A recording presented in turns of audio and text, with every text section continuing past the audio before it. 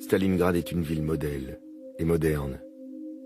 Les images des actualités soviétiques, habiles à embellir la réalité, nous montrent, début juin 41, un peuple heureux, confiant dans la paix que lui assure le pacte germano-soviétique, signé en août 39.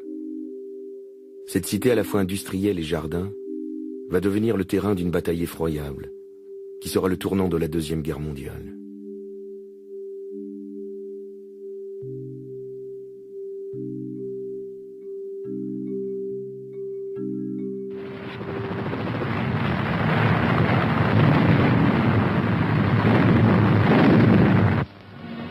La bataille de Stalingrad.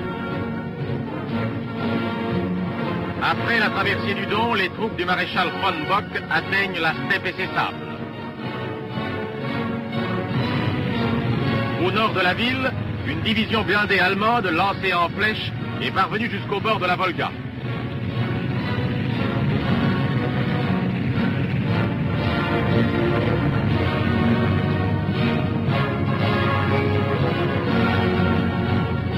Restés durant plusieurs jours isolés de leur base, les avant-gardes ont installé leur position sur la rive ouest du fleuve.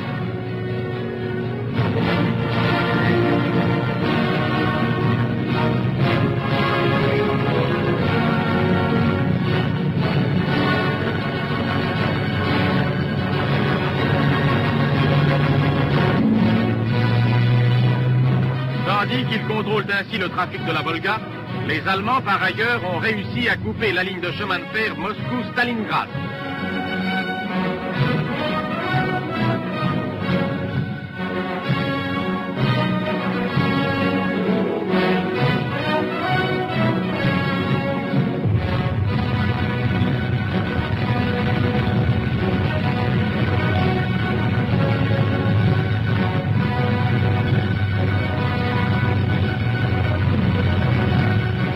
L'artillerie pilonne les défenses de la ville.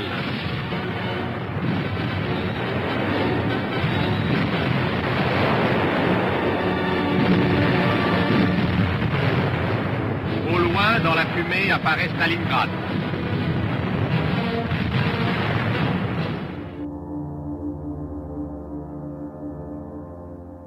Le 23 août 1942, Stalingrad est détruite à 80% par les bombardements de la Luftwaffe.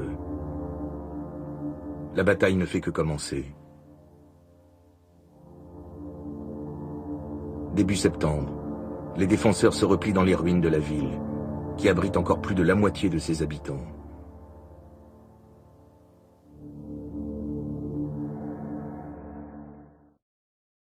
À 7h20, le signal est donné.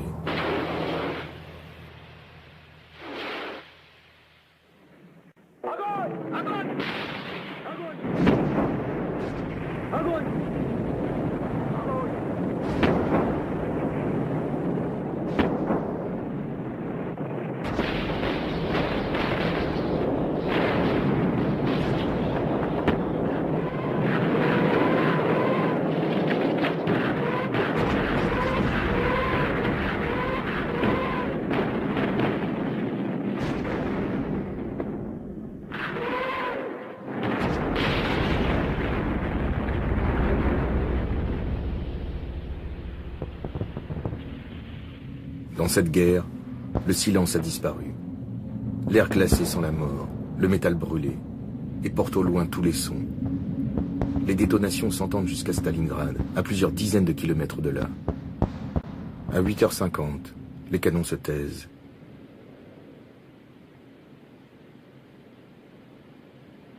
Les soldats roumains entendent soudain la terre gronder.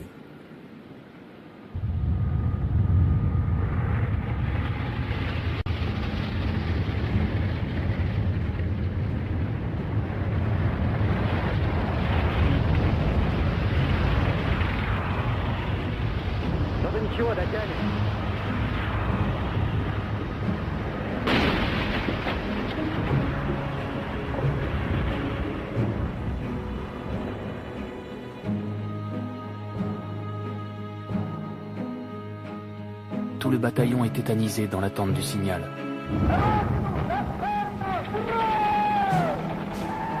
Nous chargeons.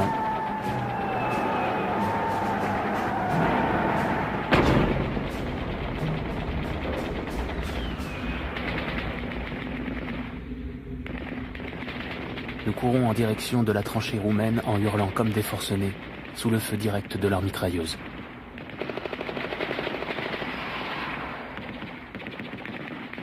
Les hommes tombent par grappes, mais nous parvenons enfin à la tranchée ennemie.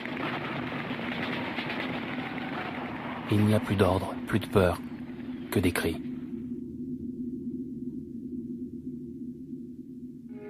Le 22 janvier, les Allemands perdent l'aérodrome de Gumrak. Les derniers avions sont pris d'assaut par les blessés et les officiers. C'est pour eux l'ultime voie d'évasion, hors de l'enfer. Pour ceux qui restent, les ruines de la ville représentent la seule retraite possible. Hitler adresse un message à Paulus. Reddition hors de question. Les Allemands combattent jusqu'au bout. 6e armée a ainsi apporté sa contribution historique au plus grand passage de l'histoire allemande. Le 26 janvier, l'armée rouge opère sa première jonction dans la ville.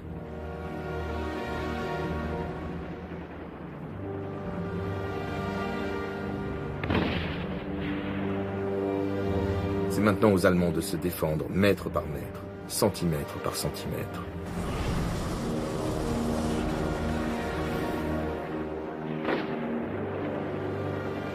Nous ratissons les ruines.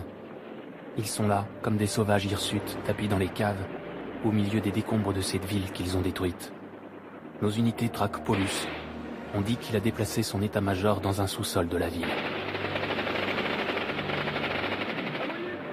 Le 30 janvier 1943, Hitler nomme Paulus maréchal. Jamais un maréchal ne s'est rendu à l'ennemi. Hitler attend un suicide, une mort sacrificielle à ériger en mythe.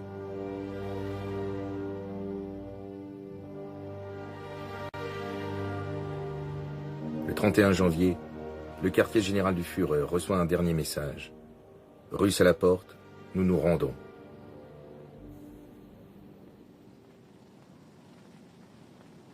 Aux grandes dames d'Hitler, le feldmaréchal Paulus ne s'est pas suicidé. Il s'est rendu, ainsi que ses généraux. Ils sont immédiatement exhibés par les Russes comme des trophées.